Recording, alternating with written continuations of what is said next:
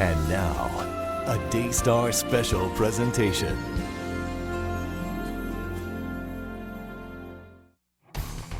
Today on Daystar Sports, we talk to a group of former NBA and college basketball standouts that are taking the game and the love of Christ around the world. SportsPower International is made up of basketball players whose main goal is to motivate and spread the gospel to the youth of all the nations. And we've got founder Bill Alexson, as well as SportsPower teammates and former NBA players Anthony Bonner and Armen Gillian to tell us more about it. Don't touch that dial. Daystar Sports starts now.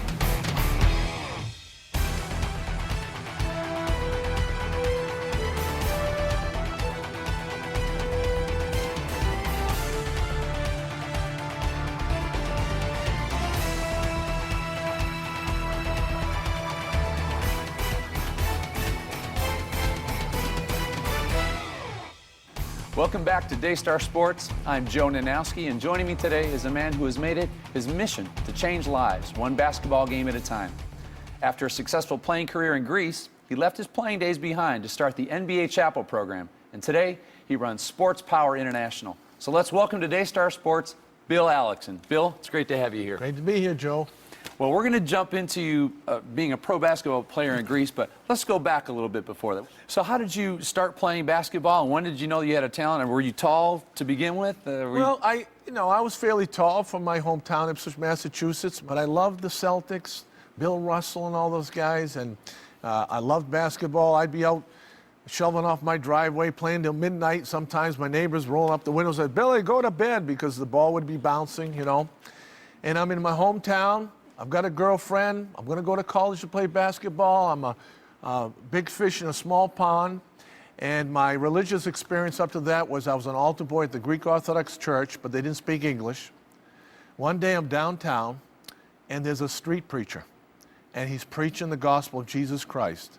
Part of me is going, wow, I'm finally getting the answers I'm looking for, my days in church.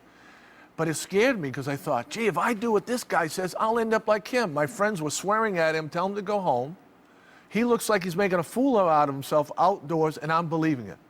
But I was smart enough that I made the decision. I said, Bill, what difference does it make if you play basketball, make some money, get married, whatever, and then you die, and you end up in hell, or you miss out on your true purpose for being on this planet? So I swallowed it hard, and I asked Jesus to be my Savior. Didn't feel anything. I didn't have anybody reinforcing it, but it changed my life, and I thank God because we can trust the one that died on the cross for us. So you're not too removed from your basketball days. Tell me, when did you launch you into where you got to go overseas to play? I probably was in my early 20s, went over to Greece, and it's funny because I was at a basketball camp as a counselor, and this fellow by the name of John Galeris came to me, and I said, John, where have you been? He said, I've been playing basketball in Greece. I said, you're kidding me. Tell me about it. He said, well, they pay me money. We play in big stadiums. We play in other countries. Am I good enough to play over there? He says, yeah, you're good enough to play. But the problem is they only allow 2 Americans, so you've got to have contacts and beat out those Americans. He walked away. I said, I don't think I could ever make the NBA, but God, He says I could play over there. Somehow you got to make it happen for me, please. Do you know that about a month later, I got a phone call at 4 a.m. in the morning. Bill, this is Chris and Agnes, your teammate from college. I came over to Greece for a vacation. I tried out for this team. I made it. And I told the owner about you, and I got a round-trip ticket for you to come. Can you come? I said, yes, I can come. And I went over there and did pretty good the first year. The second year, the owner was all excited. He said, Bill, next year we're going to pay you more money, going to bring back more Americans. It's going to be great. You can play here 5 or 7 years. During the playoffs, the first round, a guy low-bridged me on a dirty play, sprained my ankle. They didn't even call timeout. Went back to my little apartment in Greece, got down on my knees. I said, Lord, I've always had basketball. I'm not good enough for the NBA. It's not working out here. Please show me what you have for me. Thy will be done. And I got scared, Joe. I said, I really mean this prayer. I might go to Africa and die of malaria as a missionary, or go to China, and they'll say, hey, martyr that guy, the tall guy with the big black Bible. So I said, this is the Lord. I'll do whatever you want me to do, Lord, but may I please enjoy it just like basketball. I wasn't telling him what to do, but I said, if I enjoy it like basketball, what do I care if I go to Africa? And God put me into the NBA. started the chapel program, was with the Celtics for over 20 years, and now I have the privilege of having my own team. I take them across the world because the NBA has been marketed like Coca-Cola. If I take Tony Romo from the Cowboys, A-Rod from the Yankees, and Peyton Manning from the Indianapolis Colts, they don't know who they are, they don't care. I can take a second-string NBA guy, millions of people will watch, we preach the gospel at halftime. The dignitaries, the heads of state, relate to us as fans, not suspicious politicians, and their concern is, Mr. Alexson, now my kids are going to get pictures and autographs. Right? Mr. President, don't worry about it. You bring them right in the locker room for the game, they're going to meet everybody, it's going to be great. Oh, good, because my kids are looking forward to this. And under that environment, curiosity kicks in. Why are they here? Are they here to make money? No, they made money. Are they here trying to become famous? They're already famous. Well, evidently, what they're saying about this personal relationship with Jesus Christ to them is true. And they're thinking, I can relate to some of the things they're saying. You know, it's a lonely place at the top. Who does a president of a country have to really let his hair down? He has to be on guard at all time, but who is loving him for who he is? And I'm sure he has questions at times like, how do I deal with all this? And what happens to me when I die? I don't care if you're the president of the Soviet Union or you or I. We want to know who we are, where we come from, where we go when we die, and Jesus Christ meets all the criteria. And he's personal, he loves us, and when the ball players convey that message, not religion, a Christ that gives us grace. He gives us what we don't deserve, and he gives us mercy. He doesn't give us what we do deserve, and we can actually know him, and we're not on a performance basis, and heaven's a free gift, and he wants to empower us to what he's called us to do. That message works. The Holy Spirit takes over, and millions of people are responding, and it's just exciting. Sports is just a disarmer. People love sports, and, Yes. and so it's just tremendous the avenue God has given you to go into every man's world. We want to see what happens at a SportsPower International event. So if you would, let's take a look at this. We've got a clip for you here. Check it out. Across the U.S. and around the world, SportsPower holds first-class events drawing thousands of fans excited to see a team of top college, NBA, and former NBA players.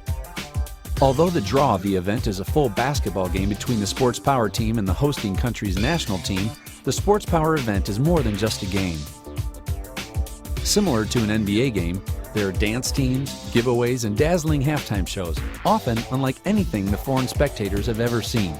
However, one key difference is that SportsPower stars have one-on-one drills and clinics, spending time with the fans from around the world. They offer suggestions, tips, they sign autographs, they give words of encouragement, and more importantly, players get to share their stories and testimonies about their love for Jesus Christ. That's what SportsPower Challenge is all about. Winning souls to Christ, and then hopefully getting them into local churches where they can be discipled, and then they can go on and be used of God mightily. The impression left by the SportsPower team is making a positive impact on both believers and non-believers across America and around the world. It's great to see a lot of kids, little kids our age, adults, hear the Word of God, and come from athletes such as these guys. It's tremendous. They played really good, for one, and that they gave their testimony and they're all Christians, I thought that was really cool too. And to see some of the backgrounds these players came from and see how much God can change their life around, it's unbelievable. It's a great testimony. I've been going through so much, and sometimes I just don't think there is hope for me, and I wanted to give up. And I'm here, I'm just sitting here listening to all of you and realize there is more for me, that I'm not alone. And I know there's a lot of people that feel just the way I am. Thanks to the continuously growing popularity of basketball and the world-class events run by the SportsPower team, people all over the world are hearing the gospel of Jesus Christ for the very first time. Wow, that was exciting. Bill, it looks like you're drawing some great crowds at these SportsPower International events. What has been the response? Well, the response is tremendous, and we usually take comment cards, especially in the United States. And they write everything but from very entertaining to they're so interesting to listen to. One ball player got a comment card, and it said, I was going to commit suicide today, but after listening to you speak, I changed my mind. That guy looked at me like, oh my gosh, it changed his life forever. I want to do this more. And when I remember we were in Miami, and we went out to eat at a restaurant. And this girl, originally from Colombia, was our waitress. I just felt led. I said, hey, what are you doing tomorrow night? Nothing. I says, would you like to come to our game? She says, well, I usually don't like sports, but you guys are good. I think I'll come over. We interviewed her afterwards. I just said to her, hey, how'd you like the game? She broke into tears. We had her on camera. And she said, you don't know what this did for my life. She said, I didn't think there was any hope for me. Evidently, she was somebody that was really hurting on the inside. Who knows if she was thinking about suicide and changing her life. If she's the only person we reach, it's worth it. But you got sports fans, they come to be entertained, and they have such a great time. And unlike the NBA or another professional sport where the ushers say, hurry up, let's go, get to your car, move on, they come on the floor, they meet the players, they get pictures and autographs, the players love them up, and they go away saying to their dad, hey, this was a great game. Wow, it was so much fun. Thanks for taking me, Dad. And they heard the good news of Jesus Christ. Nobody throws tomatoes. It's tremendous. Well, don't go anywhere, because up next we're going to hear from a couple former NBA players who are currently members of the SportsPower basketball team, Armen Gillian and Anthony Bonner. They're going to join us when Daystar Sports continues. Come back.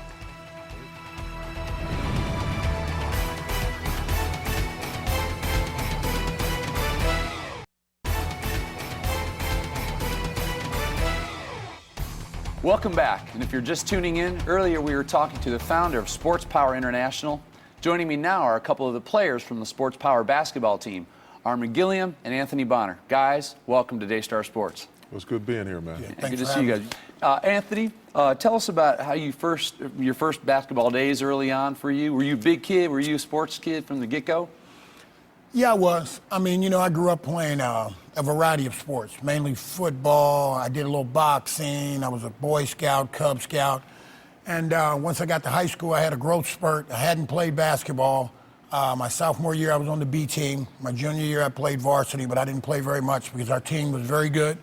We won the state championship. And then my senior year, I practiced very hard over the summer and got a lot better. So my senior year, I went on to become the best player in the state and was nominated Mr. Basketball and was blessed to get a scholarship to play basketball. How about you, Armen? Tell the early days of basketball for you. I didn't have real early days. I started late. Football, track, and wrestling were my main sports. Obviously, I outgrew wrestling, so I got kind of fed up with the sport. I was too tall at the time, so I switched to basketball. My high school career wasn't all that spectacular. I had to go to junior college, and once I went to junior college, that's when things kind of took shape for me, and it was kind of uphill quickly from that point on. When did it dawn on either of you guys that you could play pro ball? For me, it was probably during my senior year because I was blessed to, well, actually, I go back my freshman year. A reporter by the name of Dave Dorr came in and said that the Boston Celtics were interested in a freshman by the name of Anthony Bonner.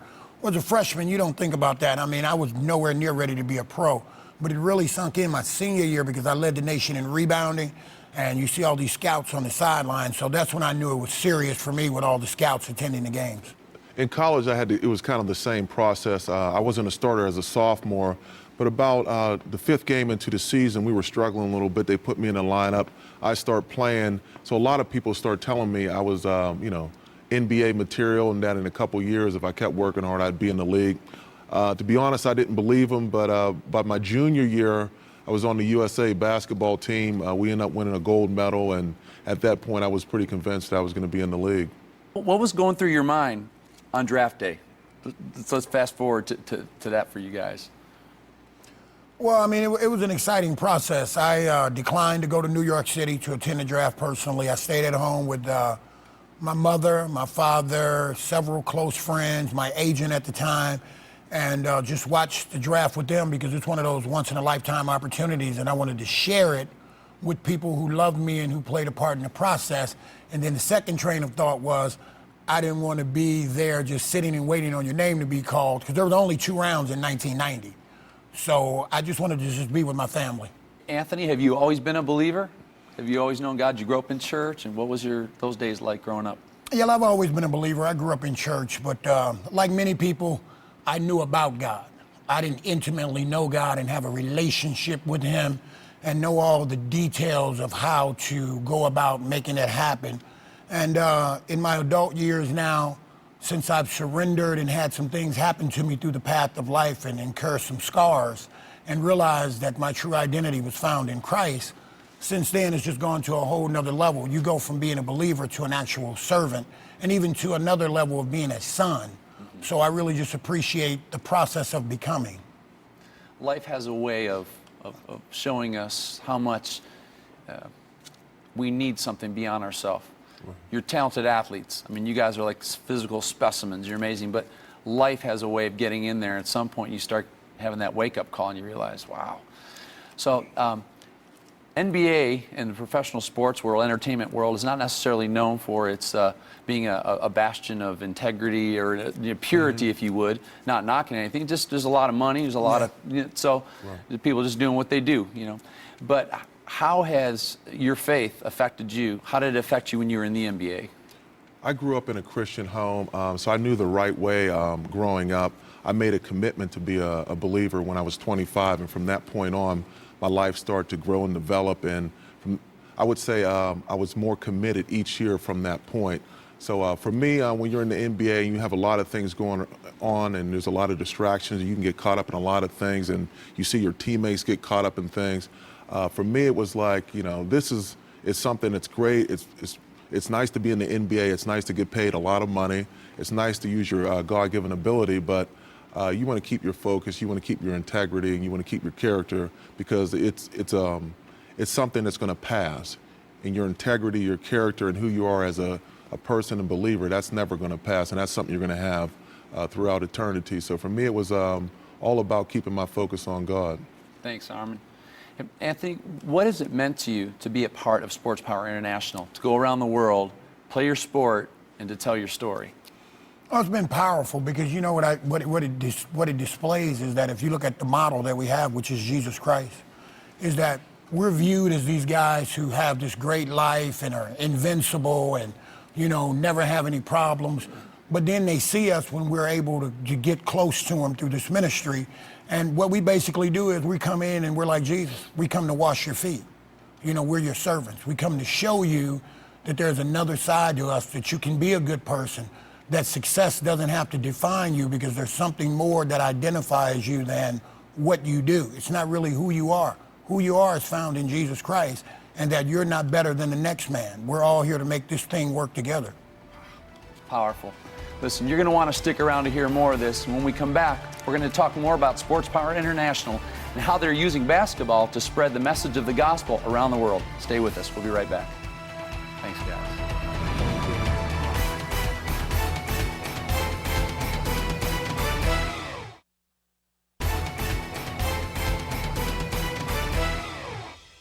Welcome back, everybody. Today we're here with the founder of SportsPower International, Bill Alexson, along with former NBA players Anthony Bonner and Armen Gillian.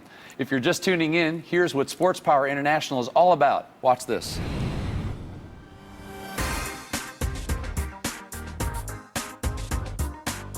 In the 110 years of its existence, the sport of basketball has gone from local YMCA youth event to a major international sport, with professional leagues in just about every developed country in the world.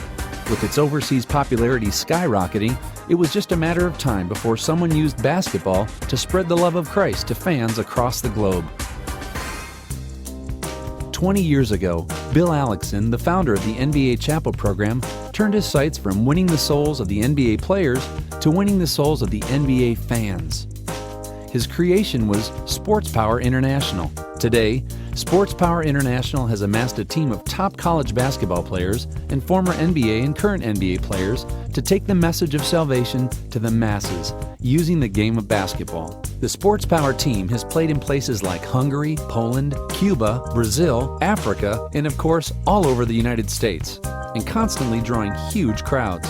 Fan response has been incredible. In countries where despair and deprivation reign, people are leaving a SportsPower event with salvation and hope.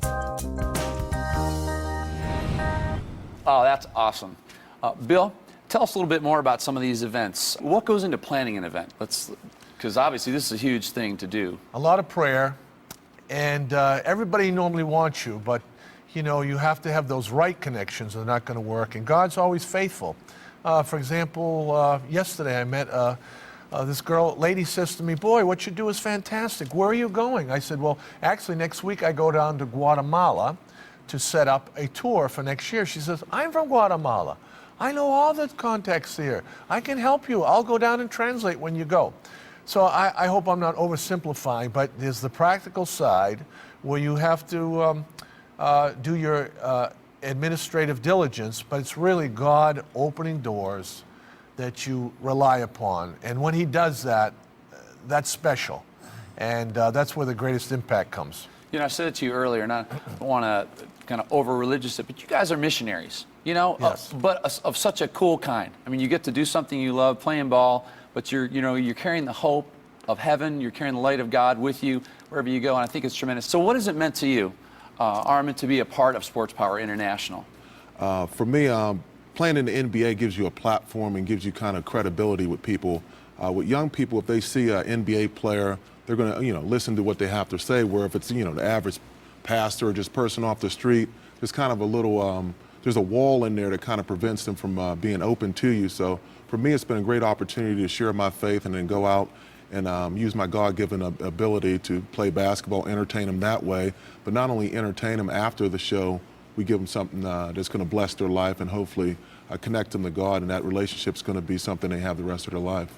Awesome. Anthony, you mentioned that also, you get to connect with the people. What has it meant to you to be able to connect on another level? Because you play basketball, you're great at that, but now you get to one-on-one with these people. Well, you get to show them. When you asked a question earlier to Armen when he talked about his experience and how he walked when he was in the NBA, and he had a little bit more diligence and grew in his walk as the years went on. For me, I indulged in everything I could have. I partook in everything that was, offered, basically, as an athlete. And I think what we get to share is you can come as you are. You don't have to be perfect. You know what I mean? It's just like God will accept you exactly or as you are. You don't have to do a thing except come, and he will make you what it is he designed you to be. Bill, how can somebody book SportsPower International? How can they book the team to come to their country or to an event? They can contact us at our website, sportspower.org. Okay. All of our information's there, phone number, email addresses. And we do all-star games against high school all-stars in the state or a city. We do school assemblies. We do urban outreaches. We do camps, clinics. And in another country, we play national teams on national TV. Any and all the above, father and son banquets. Any opportunity to get what you heard today from these ball players in front of young people, sports fans, and just normal people. That's phenomenal. Can we do this, Armen? Could you take just a quick second, look into the camera, and maybe give somebody a word of encouragement today, somebody maybe struggling in their faith or just whatever you feel in your heart? Well, I would say this as an ex-player and as a person and a person that came to God at a young age. You might have all kind of challenges in your life and you might not know the way, and part of growing up is going through seasons where you're trying to figure things out. If you put your faith and you put your trust in God, he can bring you out of those dark days and out of those areas that you really don't understand, give you peace and joy, and set your life in order. And from that point, you can live a blessed and prosperous life. I grew up, I had a lot of challenges. I don't have time to go into it now, but once I put my trust in God, God was faithful to me. He blessed me, he prospered me, and it had everything to do with my decision to trust him with my life and not trust my own way. The Bible says, lean not on your own opinion, or your own understanding. In all your ways, acknowledge him and he'll direct your path. Beautiful. Amen. Beautiful. Man, thank you guys so much. We hope you've enjoyed this edition of Daystar Sports. I know you have. Be sure to catch show highlights, pictures, and more. You can visit us online at daystar.com. I'd like to thank Bill Alexson, Anthony Bonner, Armen Gillian of SportsPower International for being here today. And remember, although you may not be able to travel across the globe to spread the gospel like these guys do, you can still be a light to the world around you just by letting Christ's love illuminate through you.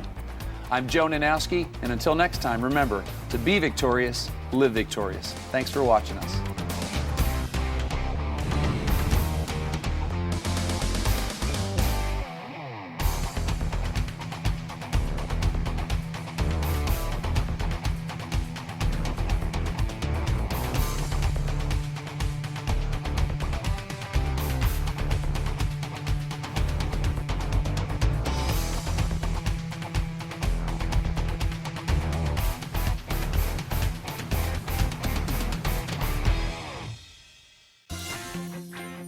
Thank you for joining us for this Daystar special presentation. If you would like to receive prayer or find out more about this broadcast, call or log on. You can also watch many of these broadcasts in full with Daystar VOD online at daystar.com.